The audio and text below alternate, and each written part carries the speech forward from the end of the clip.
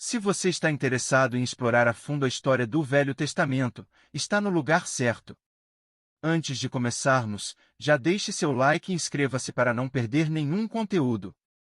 Compartilhe este vídeo com amigos e familiares que também se interessem pela Bíblia, pois hoje vamos fazer uma verdadeira jornada pelas origens da humanidade e a trajetória de fé do povo de Israel. O Velho Testamento é mais do que um simples conjunto de histórias antigas, é a fundação de toda a fé judaico-cristã e uma obra que moldou o pensamento ocidental. Este conjunto de 39 livros, escritos ao longo de muitos séculos, apresenta um vasto panorama que abrange desde a criação do mundo até os preparativos para a vinda do Messias. Dividido em 4 seções principais, o Pentateuco, os livros históricos, os livros poéticos e os profetas, o Velho Testamento reúne ensinamentos e reflexões profundas sobre a moralidade, o propósito de vida e a relação entre Deus e a humanidade. Para entender o Velho Testamento, é importante considerar o contexto em que essas histórias surgiram. A narrativa começa no Oriente Médio, uma região vibrante e cheia de culturas, onde grandes civilizações como Egito, Babilônia e Assíria floresceram e interagiram com o povo hebreu. Com um passado de conquistas e desafios, Israel é visto como o povo escolhido por Deus para trazer uma mensagem de esperança, fé e redenção. Ao longo dos séculos, profetas e líderes surgiram para guiar e inspirar o povo, mantendo viva a promessa de um futuro glorioso e da reconciliação com Deus. Essa jornada começa no Gênesis, que significa a origem, onde o mundo e tudo que existe é criado. Do Jardim do Éden à Torre de Babel, cada história inicial carrega um significado que ultrapassa o tempo. Esse pano de fundo nos prepara para entender o propósito maior de Deus e o papel da humanidade em sua criação. Os personagens e eventos se entrelaçam em uma narrativa que, mesmo nascida há milhares de anos, ainda toca as questões essenciais da condição humana, como a busca por sentido, o confronto com a própria fragilidade e a esperança de uma vida plena. Neste vídeo, faremos essa jornada juntos, capítulo por capítulo, desde a criação até o retorno dos exilados em Israel, trazendo lições que continuam atuais e inspiradoras. Vamos embarcar na narrativa da criação e na queda do homem, em Gênesis, onde tudo começa. No princípio, quando tudo ainda era escuridão e silêncio, Deus pronunciou as primeiras palavras da criação: haja luz. E assim, em um ato poderoso e intencional, ele trouxe a luz ao mundo. Nos primeiros capítulos de Gênesis, o ato criativo de Deus se desdobra em 7 dias, a separação entre luz e trevas, a formação do céu, da terra e das águas, e o surgimento das plantas, animais, e finalmente, o ser humano, a peça mais especial de toda a criação. Deus criou o homem e a mulher à sua imagem e semelhança, concedendo-lhes algo único, a capacidade de escolher, de raciocinar e de amar. Adão e Eva foram colocados no Jardim do Éden, um lugar de paz e abundância, onde podiam viver em harmonia com toda a criação e com o próprio Deus. No Éden, eles receberam a liberdade para usufruir de tudo, com apenas uma restrição: não comer do fruto da árvore do conhecimento do bem e do mal. Essa proibição, aparentemente simples, carrega um peso profundo, o teste de confiança e obediência à vontade divina. A vida de Adão e Eva no jardim era perfeita, mas também era uma experiência de liberdade. A serpente, símbolo da tentação, introduz a dúvida na mente de Eva ao sugerir que o fruto proibido poderia torná-los como Deus. E assim, ao comerem do fruto, Adão e Eva fazem a escolha que mudaria para sempre a relação entre Deus e a humanidade. Ao transgredirem o limite imposto, eles passam a conhecer o bem e o mal, a moralidade e a consequência, ganhando uma consciência que os distancia da pureza inicial. Com a desobediência, vem a ruptura. Adão e Eva são expulsos do Éden, agora marcados pelo peso do pecado e da mortalidade. Esta queda não representa apenas uma mudança física de localidade, mas um afastamento espiritual de Deus. Por meio dessa história, o livro de Gênesis nos apresenta a primeira e mais duradoura das lições: a liberdade envolve responsabilidade, e as escolhas têm consequências. Mesmo em meio à queda, Deus não abandona sua criação. Ele promete um futuro de redenção, um caminho pelo qual a humanidade poderá novamente se reconciliar com Ele. Essa promessa estabelece o cenário para todo o restante da narrativa bíblica, onde a relação entre Deus e o ser humano é marcada pelo amor e pela busca por redenção. À medida que as gerações se sucedem, o coração humano começa a se desviar dos caminhos de Deus. A terra, antes tão pura e harmoniosa, enche-se de violência e corrupção, e a humanidade se distancia cada vez mais da essência com que foi criada. Em meio a esse cenário sombrio, Deus decide purificar a criação e dar um novo começo, mas há um homem que permanece fiel, Noé. Noé era um homem justo e íntegro entre os seus contemporâneos, descreve o Gênesis, e é ele que Deus escolhe para salvar a humanidade e os animais da destruição iminente. Deus instrui Noé a construir uma arca, uma embarcação colossal, capaz de abrigar sua família e pares de cada espécie animal. O projeto é desafiador e o tempo para a construção é longo, mas Noé permanece firme, confiando nas instruções divinas. A construção da arca é vista pela população local com ceticismo e escárnio, afinal, até aquele momento, a ideia de um dilúvio era impensável. Porém, Noé persevera, movido pela fé e pela obediência a Deus. Finalmente, o dilúvio chega, cobrindo toda a terra e destruindo tudo o que havia fora da arca. Durante 40 dias e 40 noites, a chuva não cessa, e a embarcação flutua sobre as águas, carregando a esperança de um novo começo. Quando as águas finalmente começam a baixar, Noé libera uma pomba para verificar se a terra firme. Em uma das tentativas, a ave retorna com um ramo de oliveira, um sinal de que a terra estava pronta para receber vida novamente. Ao desembarcarem, Noé e sua família recebem a promessa de Deus de que ele nunca mais destruiria a terra com um dilúvio. Como símbolo dessa aliança, Deus coloca o arco-íris no céu, uma imagem de paz e um lembrete da misericórdia divina. A história de Noé e o dilúvio nos ensina sobre a importância da fidelidade e da obediência a Deus, mesmo quando tudo ao redor parece incerto. Noé torna-se, então, o ancestral de uma nova humanidade, marcando o início de um novo capítulo para a criação. Esta narrativa reforça o papel de Deus como justo e misericordioso, mostrando que ele sempre provê um caminho de redenção para aqueles que lhe são fiéis. Após o renascimento da humanidade através dos descendentes de Noé, a terra começa a se povoar novamente. Mas, à medida que o número de pessoas cresce, também cresce a ambição coletiva. Os homens se reúnem em uma planície na região de Sinar e decidem construir uma cidade com uma torre que alcance os céus. A Torre de Babel, como viria a ser chamada, não era apenas uma obra arquitetônica, era uma tentativa de alcançar o status de Deus, de fazer um nome para si mesmos e garantir que nunca fossem dispersos pela terra. Essa atitude de arrogância e autossuficiência vai contra a ordem de Deus de que se espalhem e povoem o mundo. A torre representa uma busca pela independência espiritual, uma tentativa de alcançar o divino sem a submissão a ele. Ao ver a intenção dos homens, Deus intervém. Ele confunde suas línguas, criando uma diversidade de idiomas que impede a comunicação e interrompe a construção da torre. Incapazes de se entenderem, as pessoas se dispersam pelo mundo, espalhando-se por várias regiões e culturas. A história da Torre de Babel é breve, mas traz uma mensagem importante sobre humildade e respeito aos limites estabelecidos por Deus. Ela nos mostra que a tentativa de agir sem a orientação divina leva à confusão e divisão. É também uma explicação para a diversidade linguística e cultural da humanidade, que se expande a partir desse ponto.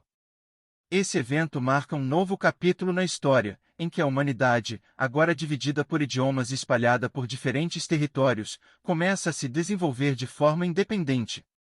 O próximo grande marco da narrativa bíblica está reservado para um homem específico, Abraão, o patriarca do povo de Israel.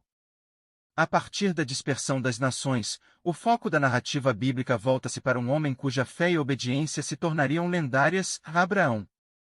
Inicialmente chamado de Abrão, ele vivia na cidade de Ur, na Mesopotâmia, até receber o chamado de Deus para deixar sua terra e sua parentela em busca de uma nova terra, que lhe seria mostrada.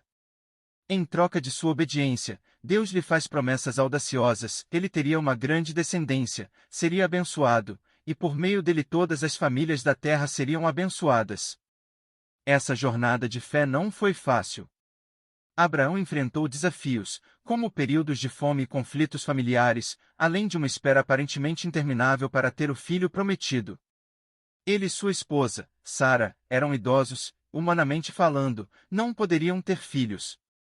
Mas Abraão confia na promessa divina, e Deus finalmente concede a eles um filho, Isaque, cujo nome significa riso, representando a alegria e a surpresa da bênção. Isaque, o herdeiro da promessa, cresce e dá continuidade ao pacto com Deus. Ele se casa com Rebeca e, apesar de também enfrentar dificuldades para ter filhos, torna-se pai de 2 meninos, Esaú e Jacó. A relação entre esses irmãos é marcada por conflitos e rivalidades, mas é Jacó, o mais novo, que recebe a bênção divina e o direito de primogenitura, mesmo através de meios questionáveis. A vida de Jacó é repleta de encontros e desafios, inclusive uma famosa luta espiritual com um anjo, após a qual recebe o nome de Israel, que significa aquele que luta com Deus. Jacó se torna o patriarca das 12 tribos de Israel, cada uma representada por um de seus filhos. Dentre eles, um se destaca de maneira singular, José. Amado por seu pai e dotado de dons espirituais, como a interpretação de sonhos, José desperta a inveja de seus irmãos, que o vendem como escravo para mercadores que o levam ao Egito. Lá, José passa por provações e injustiças, mas se mantém fiel a Deus, eventualmente alcançando uma posição de destaque como governador do Egito. Quando uma grande fome assola a terra, os irmãos de José vão ao Egito em busca de alimento, sem saber que ele havia sobrevivido e se tornado uma figura de autoridade. A emocionante reunião da família de Jacó no Egito é um momento de perdão e restauração, onde José, apesar das adversidades, reconhece a mão de Deus em tudo o que aconteceu, dizendo: "Vocês planejaram o mal contra mim, mas Deus o tornou em bem." A vida dos patriarcas, Abraão, Isaque e Jacó, estabelece as bases da identidade do povo de Israel e demonstra o poder da fé e da promessa divina.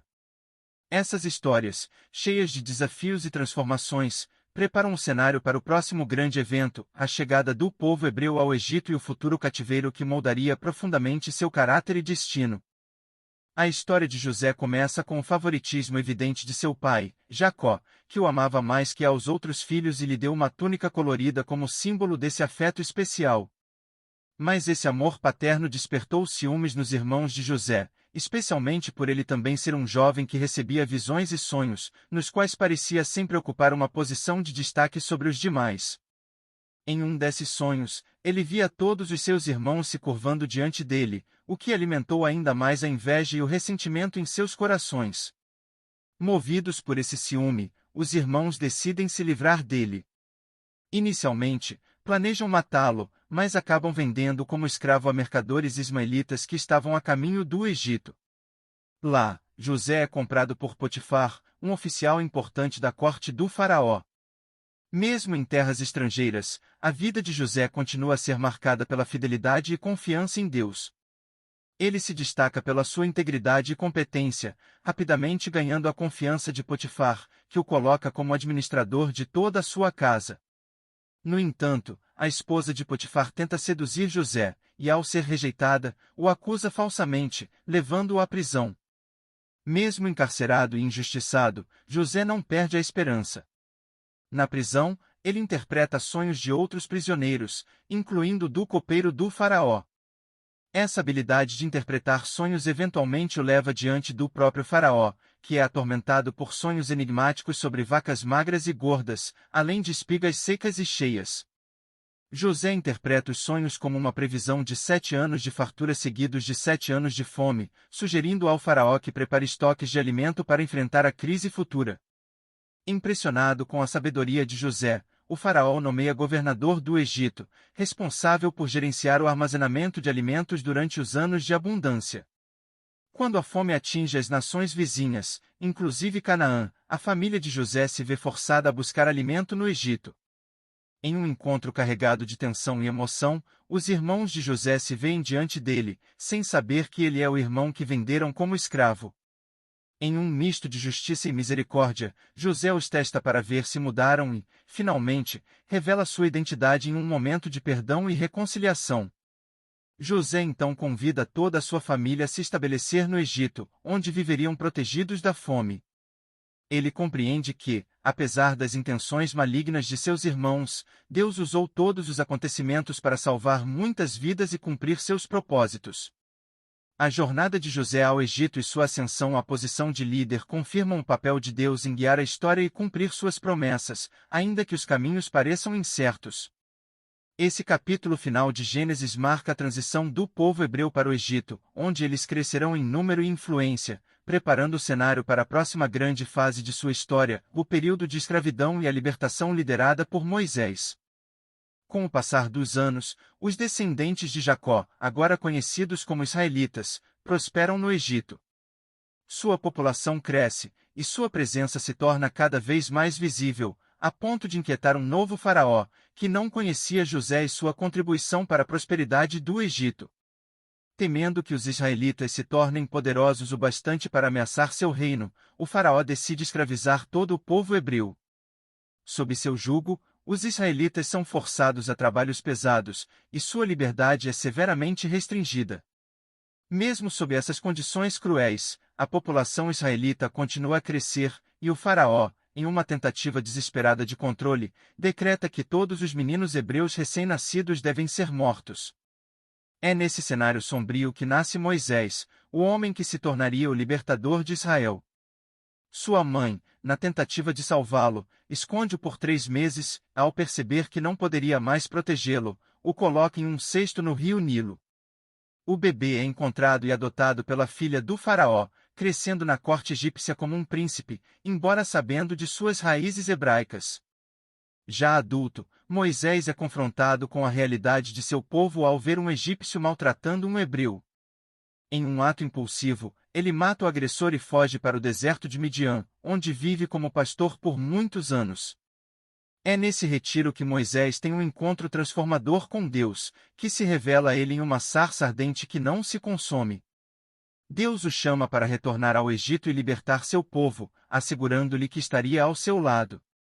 Apesar de suas inseguranças, Moisés obedece e retorna ao Egito, onde confronta o faraó com uma mensagem clara: deixe o meu povo ir. O faraó, no entanto, se recusa, e Deus envia uma série de 10 pragas devastadoras sobre o Egito, cada uma demonstrando seu poder sobre as divindades egípcias. Essas pragas variam desde a transformação das águas do Nilo em sangue até uma escuridão densa que cobre toda a terra. A 10ª e última praga, a morte dos primogênitos, leva o faraó a finalmente libertar os israelitas. Guiados por Moisés, os israelitas deixam o Egito em um êxodo massivo, um momento que simboliza a libertação e o começo de uma nova identidade como povo de Deus. No entanto, o faraó, tomado de arrependimento e raiva, decide perseguir os hebreus com seu exército. Quando os israelitas se veem encurralados entre o exército egípcio e o Mar Vermelho, Deus intervém mais uma vez, ele abre um caminho através do mar, permitindo que seu povo passe a salvo. Assim que os israelitas atravessam, as águas voltam a se fechar, destruindo o exército do faraó e selando a libertação de Israel. Este evento marca a primeira grande demonstração do poder e da proteção de Deus para o povo hebreu, e o início de uma nova jornada em direção à Terra Prometida. A história do Êxodo não é apenas sobre libertação física, mas também sobre a fé, obediência e a fidelidade de Deus às suas promessas. Após a travessia milagrosa do Mar Vermelho e a libertação do Egito, o povo de Israel segue sua jornada pelo deserto, guiado por Moisés. Essa peregrinação é um período de aprendizado e provações, no qual os israelitas começam a compreender o significado da liberdade e o compromisso que esta liberdade exigirá. Depois de 3 meses de caminhada, o povo chega ao sopé do Monte Sinai, onde Deus estabelece um momento histórico, a formação de uma aliança formal com Israel, transformando-o em sua nação escolhida. No topo do Monte Sinai, Deus chama Moisés para encontrá-lo e, em meio a trovões e relâmpagos que cobrem a montanha, ele dá instruções que moldariam a identidade de Israel para sempre. Deus estabelece as leis fundamentais da aliança por meio dos 10 mandamentos. Estes mandamentos não são apenas regras para a convivência social, mas um código moral e espiritual que orienta a vida dos israelitas em sua relação com Deus e uns com os outros. As primeiras 4 instruções enfocam a adoração e a lealdade exclusivas a Deus, enquanto as demais abordam o respeito à vida, a integridade e a justiça. Os 10 mandamentos se tornaram a base da ética judaico-cristã, com princípios que transcendem culturas e épocas. Por meio dessas leis, Deus convida o povo a ser santo, assim como ele é santo, e a viver de acordo com um padrão elevado de conduta que reflete seu caráter. Esse pacto estabelecido no Sinai define Israel como um povo distinto, escolhido para viver de maneira justa e servir de exemplo para outras nações. Além dos 10 mandamentos, Deus fornece uma série de instruções adicionais para a organização e o culto do povo de Israel. Ele revela o plano para a construção do tabernáculo, um santuário móvel onde a presença divina habitará no meio de seu povo. Com cada lei, rito e prática, Deus ensina aos israelitas a importância da santidade e da reverência, estabelecendo um relacionamento pessoal e direto com eles. Esse momento no Sinai não é apenas sobre a entrega de leis, é o símbolo de um compromisso mútuo. O povo de Israel responde com um voto de fidelidade, declarando: tudo que o Senhor falou, nós faremos. Assim, a aliança do Sinai se torna o coração da relação entre Deus e seu povo, orientando a vida de Israel e reforçando sua identidade como nação separada e consagrada. A aliança do Sinai e os 10 mandamentos são a fundação espiritual e moral que sustentará o povo de Israel enquanto ele caminha em direção à terra prometida. A partir desse ponto, o relacionamento entre Deus e Israel será continuamente marcado por sua misericórdia e pela necessidade de obediência, definindo o próximo passo da jornada, a longa peregrinação pelo deserto. Após a aliança do Sinai, os israelitas seguem sua jornada pelo deserto em direção à terra prometida, guiados pela promessa de Deus. No entanto, essa fase revela os desafios de manter a fé e a obediência em meio a dificuldades. O deserto se torna um cenário de testes e provações, onde o caráter do povo é continuamente moldado. Sem recursos naturais abundantes, os israelitas dependem diariamente do cuidado de Deus para suprir suas necessidades mais básicas, como água e alimento. Diante da escassez, Deus provê o maná, um pão celestial que aparece todas as manhãs para alimentar o povo, e, ocasionalmente, envia codornizes para complementar sua dieta. Embora recebam essa provisão direta, os israelitas frequentemente reclamam, relembrando os tempos de fartura no Egito e se queixando da monotonia do maná. Esse comportamento leva a um afastamento espiritual, e Deus utiliza as dificuldades para revelar a importância da confiança e da gratidão. As constantes queixas geram um ciclo de rebelião e correção, com lições sobre a fé e a dependência de Deus.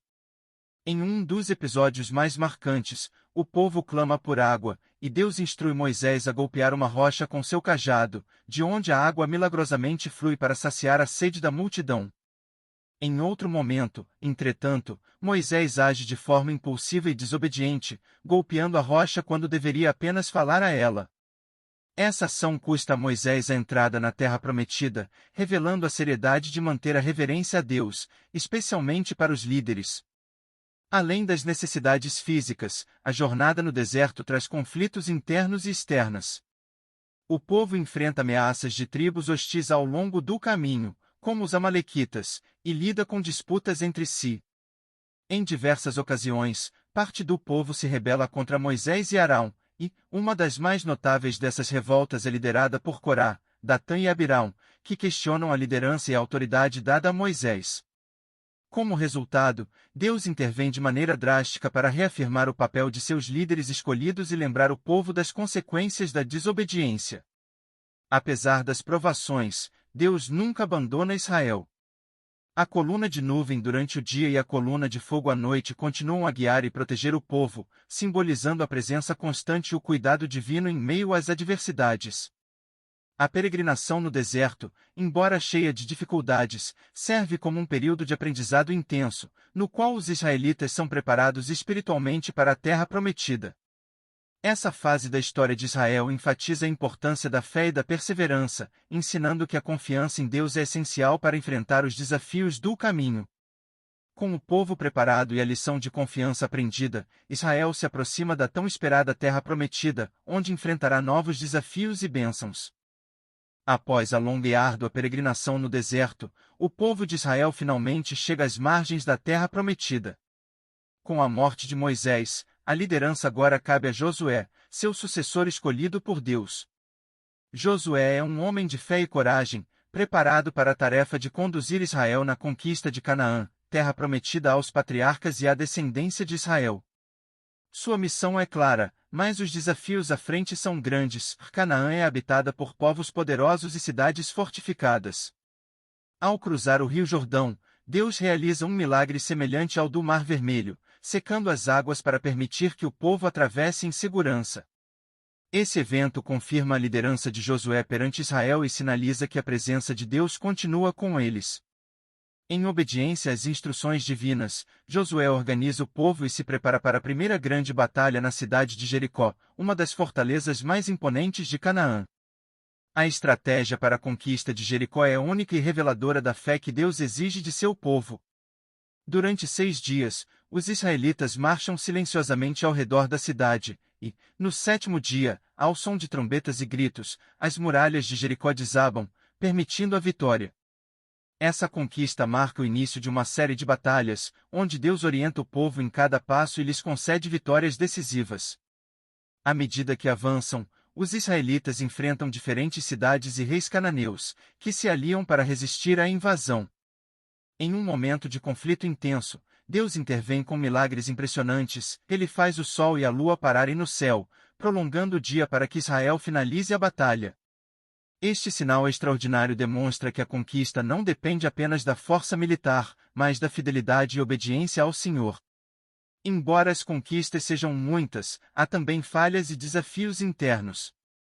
Em uma ocasião, um homem chamado Acã desobedece às instruções de Deus e toma para si bens saqueados de Jericó.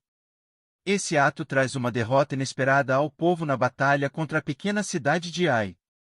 Somente após confessar e corrigir o pecado, Israel consegue retomar o controle e vencer.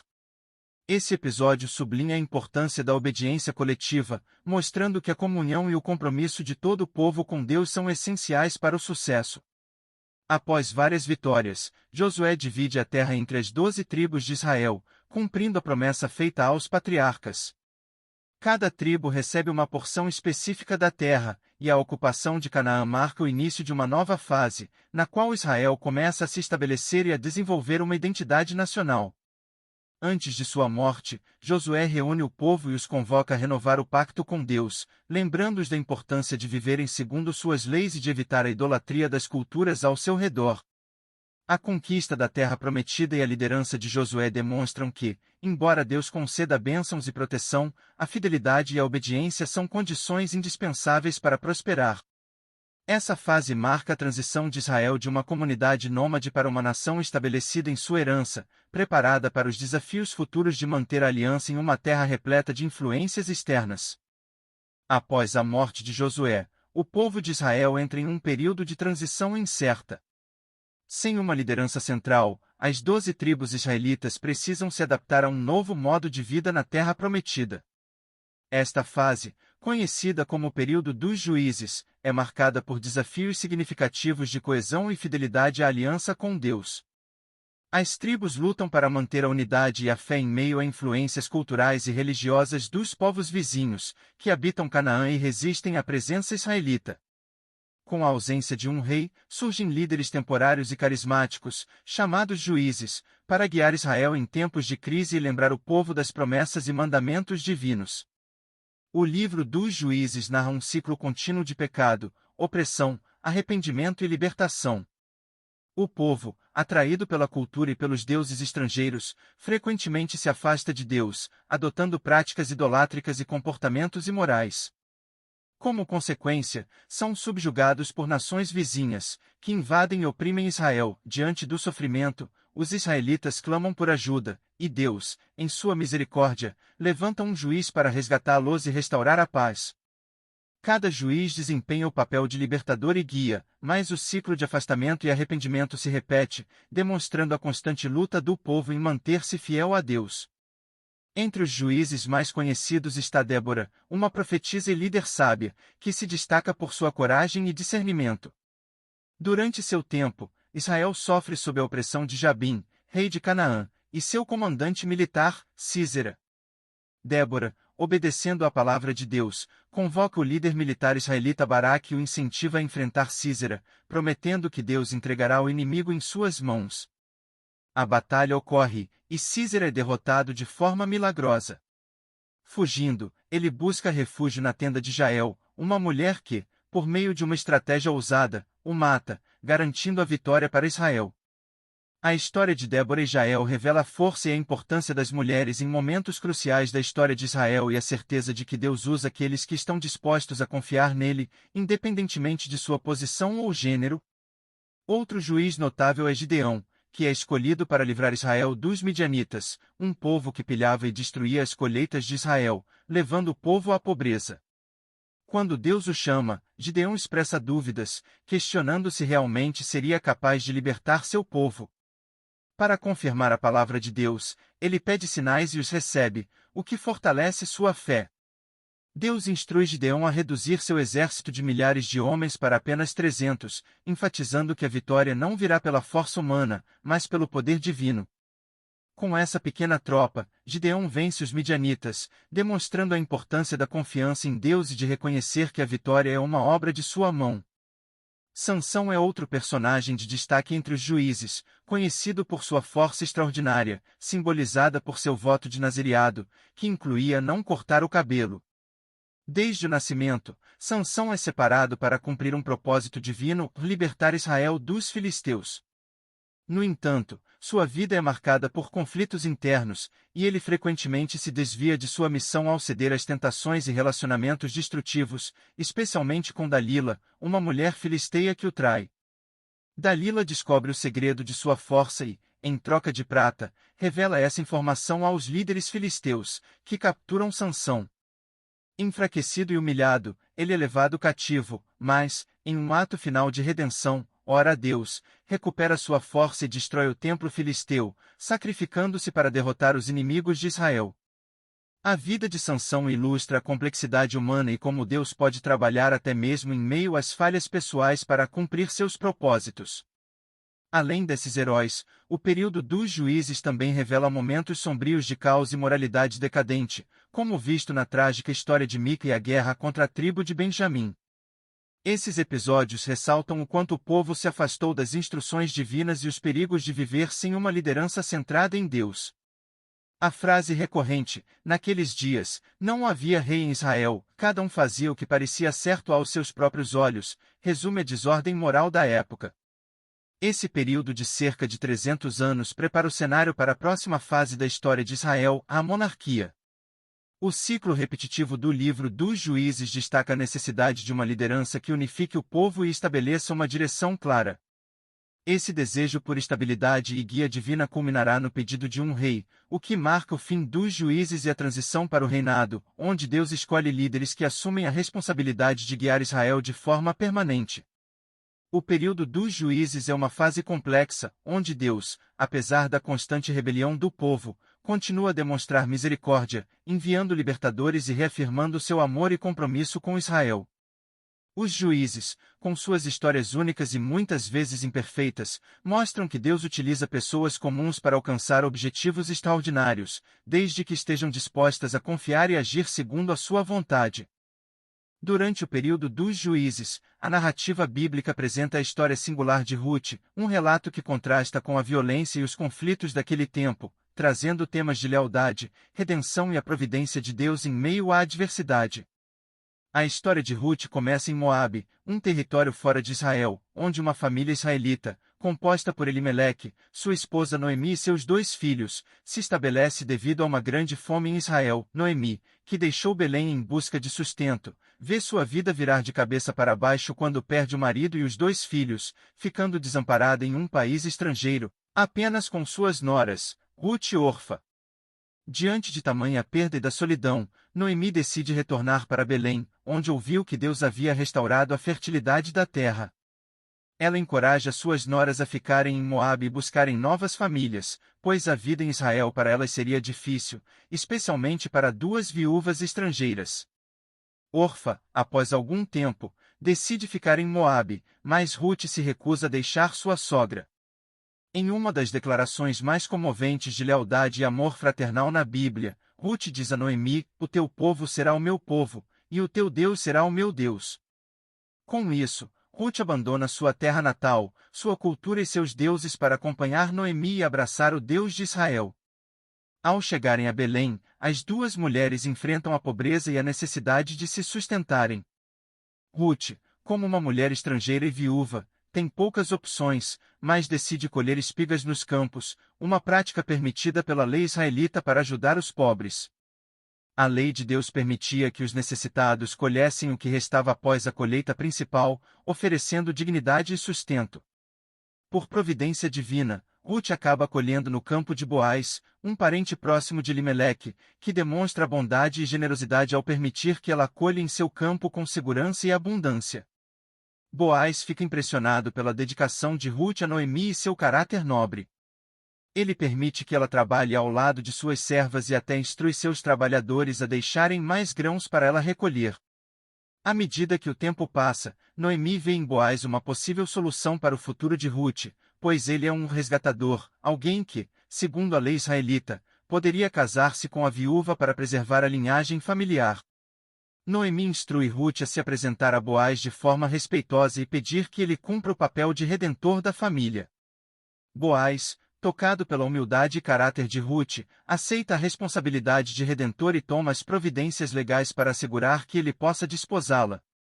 Esse casamento é uma união marcada pela graça divina e traz redenção não só para Ruth, mas também para Noemi, que vê sua família restaurada e seu futuro garantido.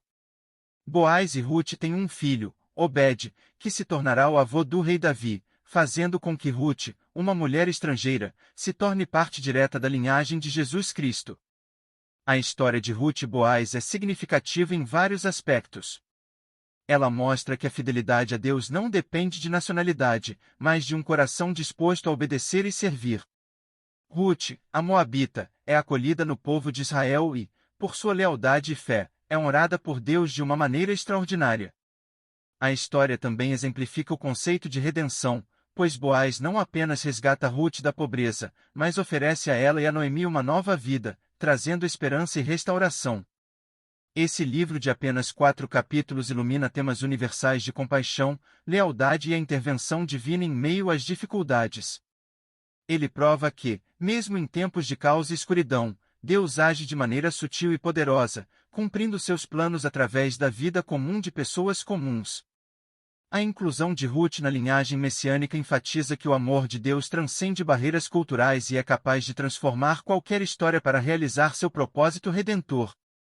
Com o fim do período dos juízes, o povo de Israel enfrenta novos desafios ao tentar manter sua identidade espiritual em meio a ameaças constantes dos povos vizinhos, especialmente dos filisteus.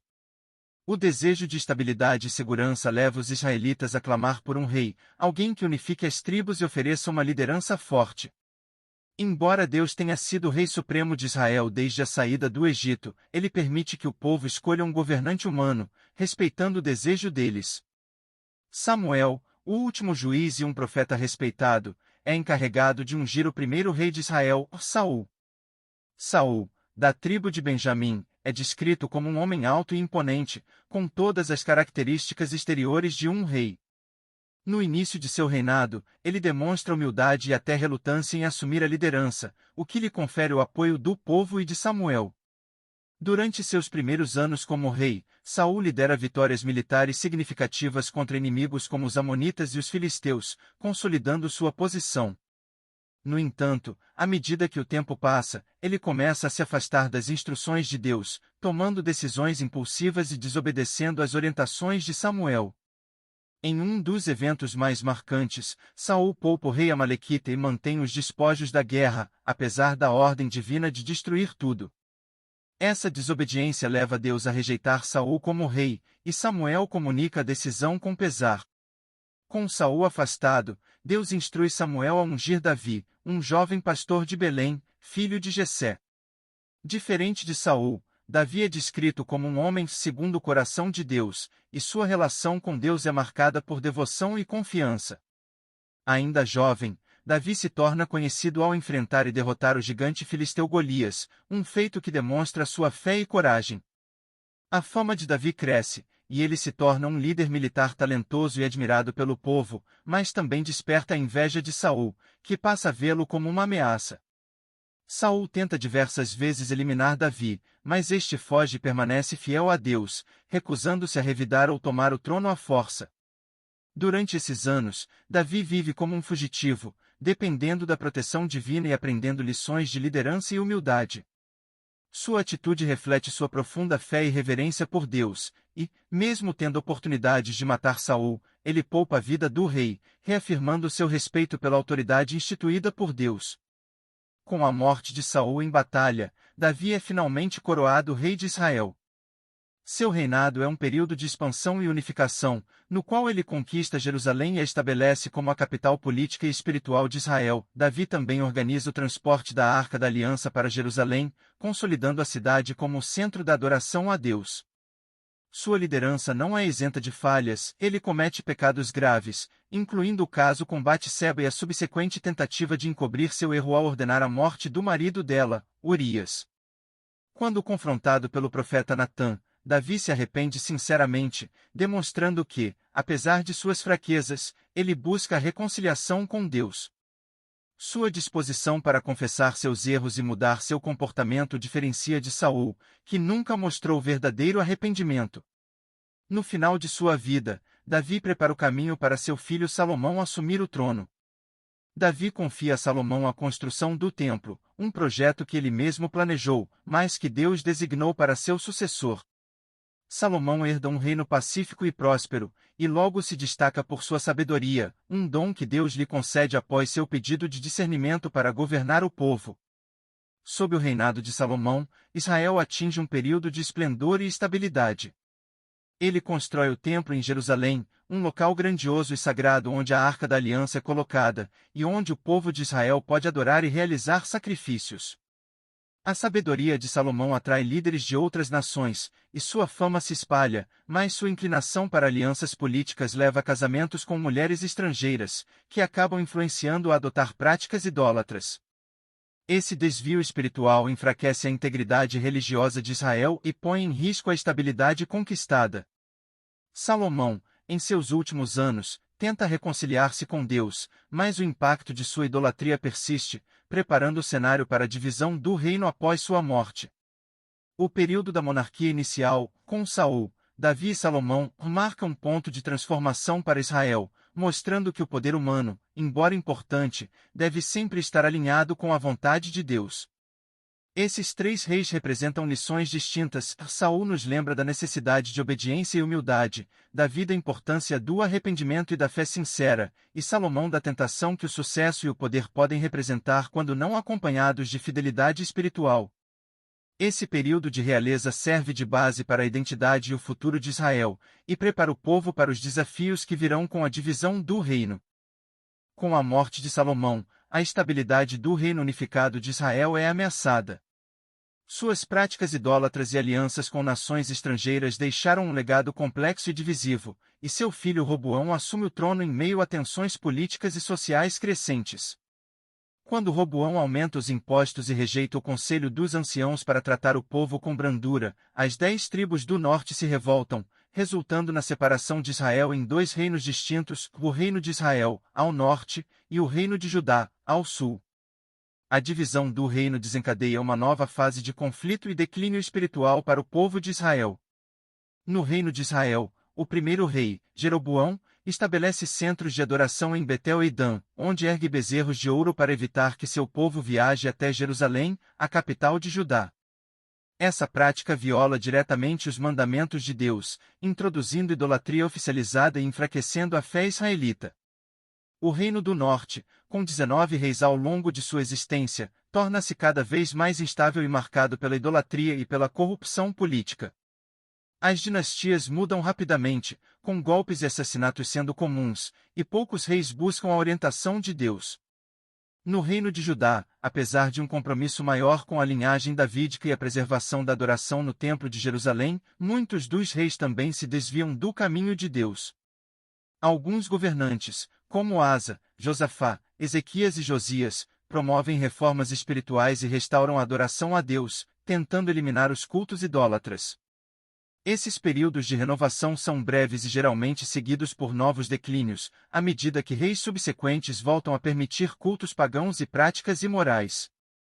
A dinastia davídica, embora mais estável que a do reino de Israel, ainda luta para manter a aliança com Deus.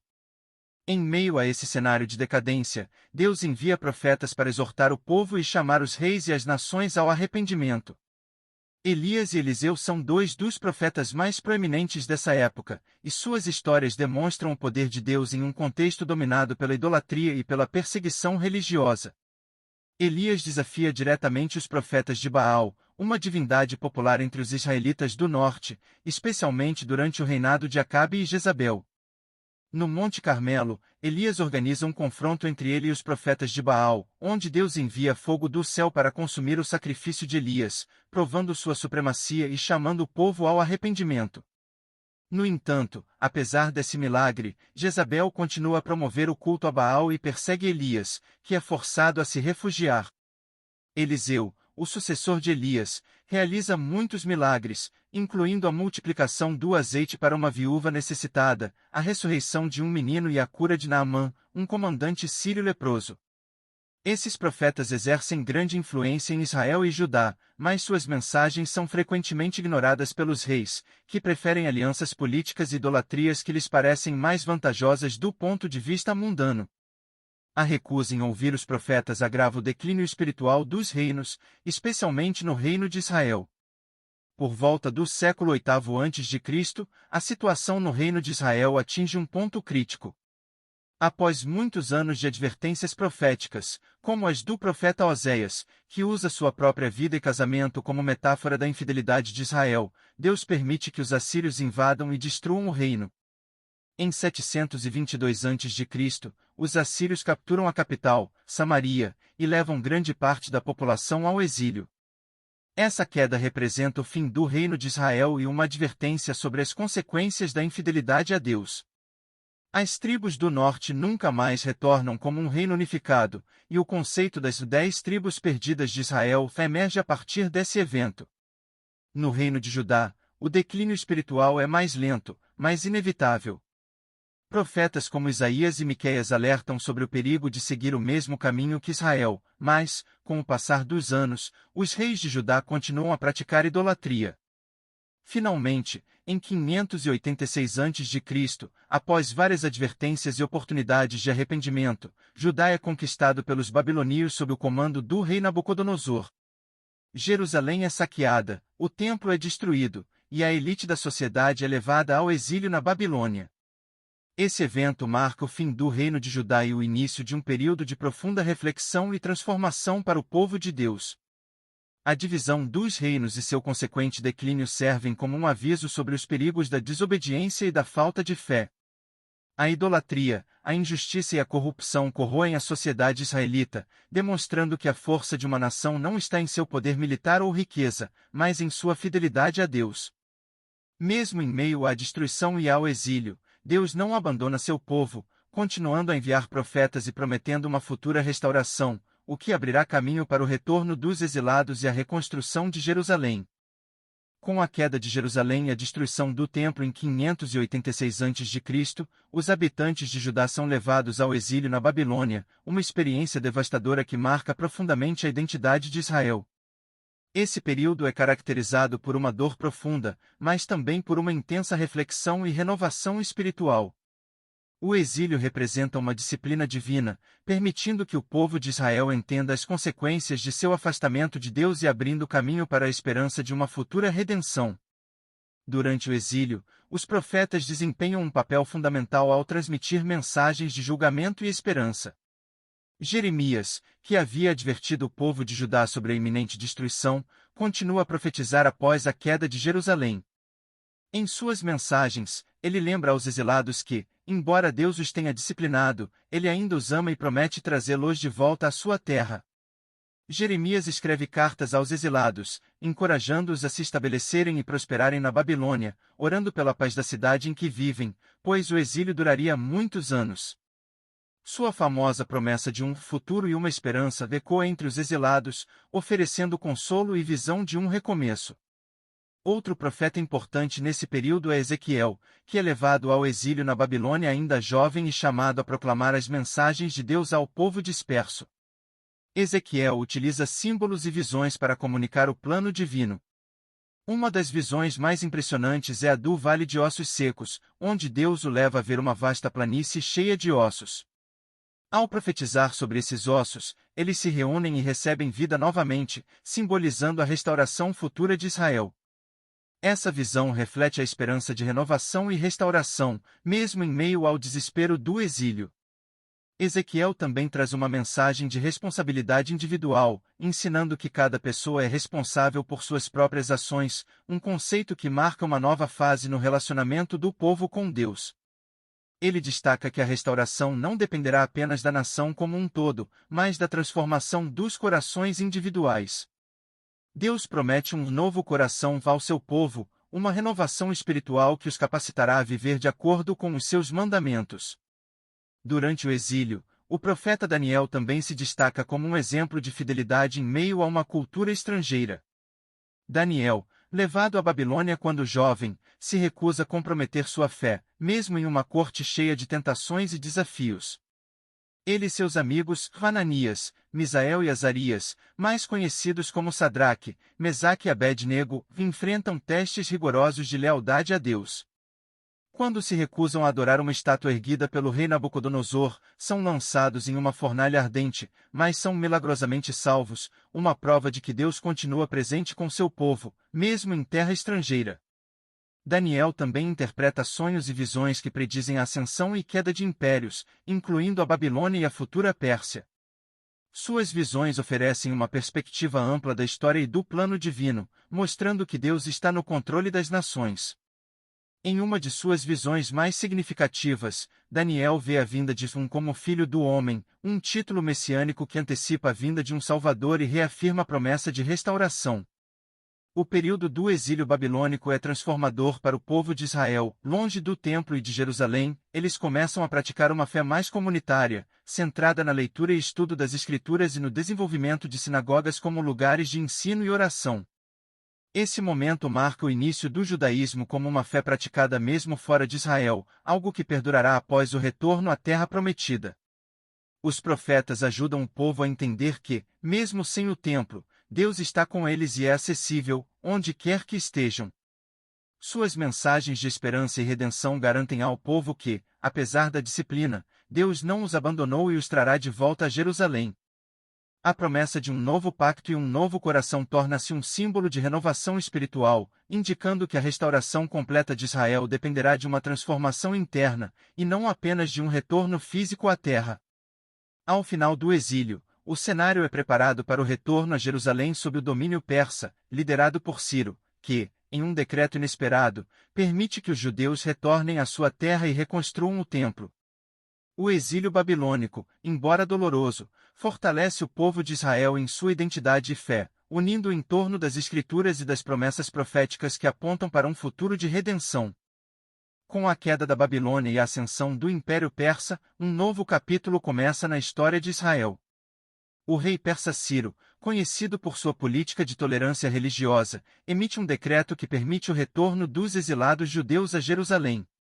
Em 538 a.C., muitos judeus começam a retornar à sua terra natal, e esse evento marca o início de uma fase de reconstrução e reavivamento espiritual. Esse retorno não é apenas físico, simboliza também uma restauração espiritual e cultural para o povo de Deus. Esdras, um escriba e sacerdote profundamente comprometido com a lei de Deus, desempenha um papel crucial no restabelecimento da fé e das tradições religiosas em Jerusalém. Quando chega a Jerusalém, ele encontra um povo espiritualmente enfraquecido e influenciado pelos costumes e práticas idólatras dos habitantes da terra. Sua principal missão é ensinar a lei de Deus e garantir que os mandamentos sejam obedecidos, promovendo um compromisso renovado com a aliança divina. Esdras lidera uma reforma espiritual significativa, chamando o povo ao arrependimento e enfatizando a importância de viver de acordo com as Escrituras. Ele organiza a leitura pública da lei, o que renova o senso de identidade e propósito entre os judeus. Esse evento marca o início de um novo compromisso com Deus e uma rejeição das influências idólatras que haviam enfraquecido Israel no passado. A leitura da lei, feita em voz alta para toda a comunidade, cria um ambiente de reflexão e decisão, onde o povo renova o pacto com Deus. Outro líder importante desse período é Neemias, um judeu que serve como copeiro do rei persa Artaxerxes. Ao saber do estado deplorável de Jerusalém e dos muros destruídos, Neemias é profundamente movido a fazer algo pela sua terra. Com a permissão do rei, ele volta a Jerusalém e organiza a reconstrução das muralhas, um projeto que vai além da arquitetura e simboliza a restauração da segurança e da identidade do povo de Deus. Sob a liderança de Neemias, os judeus trabalham arduamente para reconstruir os muros de Jerusalém, enfrentando a oposição de povos vizinhos que tentam impedir a obra. A reconstrução dos muros de Jerusalém representa a renovação da proteção e independência de Israel, e Neemias lidera essa tarefa com determinação e fé, enfrentando constantes ameaças. Em meio a essas dificuldades, ele também reforça a importância da unidade e da pureza espiritual, e lidera um processo de consagração do povo e das práticas religiosas. Neemias institui reformas adicionais, como a observância do sábado e o cumprimento das leis sobre os dízimos, promovendo um senso de responsabilidade e reverência. A liderança de Esdras e Neemias é essencial para a restauração de Israel após o exílio.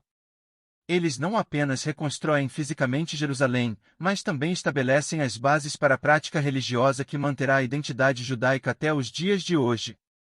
A centralidade das Escrituras e a sinagoga como centro de aprendizado e adoração consolidam-se nesse período, fornecendo uma estrutura que sustentará o povo mesmo fora da terra prometida. Ao final do período de reconstrução, o povo de Israel celebra a festa dos tabernáculos, simbolizando uma nova era de esperança e comunhão com Deus. A história do retorno e da reconstrução mostra que, embora o povo de Israel tenha sido disciplinado no exílio, Deus permanece fiel às suas promessas e concede uma nova chance de redenção e renovação.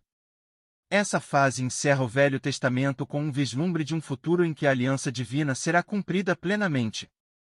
A jornada apresentada no Velho Testamento é uma narrativa rica de fé, desafios, redenção e esperança. Desde a criação até o exílio e o retorno, cada história revela o caráter de Deus e sua contínua relação com a humanidade. Em cada etapa, o povo de Israel enfrenta provas e decisões que refletem questões universais, a busca por significado, a luta entre obediência e tentação, a importância da comunidade e da liderança e a promessa de redenção. A trajetória do povo de Deus, apesar de ser marcada por períodos de glória e também de fracasso, reflete um tema central, o compromisso de Deus com sua aliança. Mesmo quando o povo se desvia, adota a idolatria ou enfrenta as consequências de suas escolhas, Deus permanece presente, guiando e corrigindo. Sua justiça é acompanhada de misericórdia, e a disciplina serve como caminho para o arrependimento e a renovação espiritual. Além disso, as figuras-chave do Velho Testamento, como Abraão, Moisés, Davi e os profetas, são exemplos de líderes que, apesar de suas falhas, cumprem papéis essenciais no cumprimento do plano divino. Eles personificam a complexidade humana, mostrando que Deus utiliza pessoas comuns e imperfeitas para alcançar propósitos extraordinários. Suas histórias apontam para a necessidade de um relacionamento constante com Deus, que envolve tanto a fé quanto o compromisso prático com suas instruções. Outro ponto crucial na narrativa do Velho Testamento é a esperança messiânica, que se desenvolve através das profecias e promessas feitas a Israel. Os profetas, especialmente Isaías e Jeremias, falam de um tempo em que um descendente de Davi governará com justiça e trará paz duradoura, inaugurando uma nova era. Essa promessa de um Salvador finaliza o Velho Testamento com uma nota de expectativa, indicando que a história de Israel é parte de um plano maior que se cumprirá com a chegada do Messias. O Velho Testamento, portanto, não é apenas uma coleção de histórias antigas, mas uma fonte de sabedoria, moralidade e fé que continua a inspirar. Suas lições transcendem gerações, lembrando-nos da importância da humildade, da fidelidade e da perseverança. Embora seja um relato específico do povo de Israel, ele reflete verdades universais sobre o caráter de Deus e a natureza humana, servindo como uma fundação espiritual para aqueles que buscam compreender a história da fé e o relacionamento entre Deus e a humanidade. Este encerramento do Velho Testamento deixa os leitores com uma sensação de continuidade e esperança, apontando para a promessa de redenção e reconciliação que será cumprida com a vinda do Messias no Novo Testamento. Ele nos chama a refletir sobre nossa própria caminhada de fé e a reconhecer que, como o povo de Israel, somos constantemente convidados a voltar ao amor, à justiça e à fidelidade de Deus.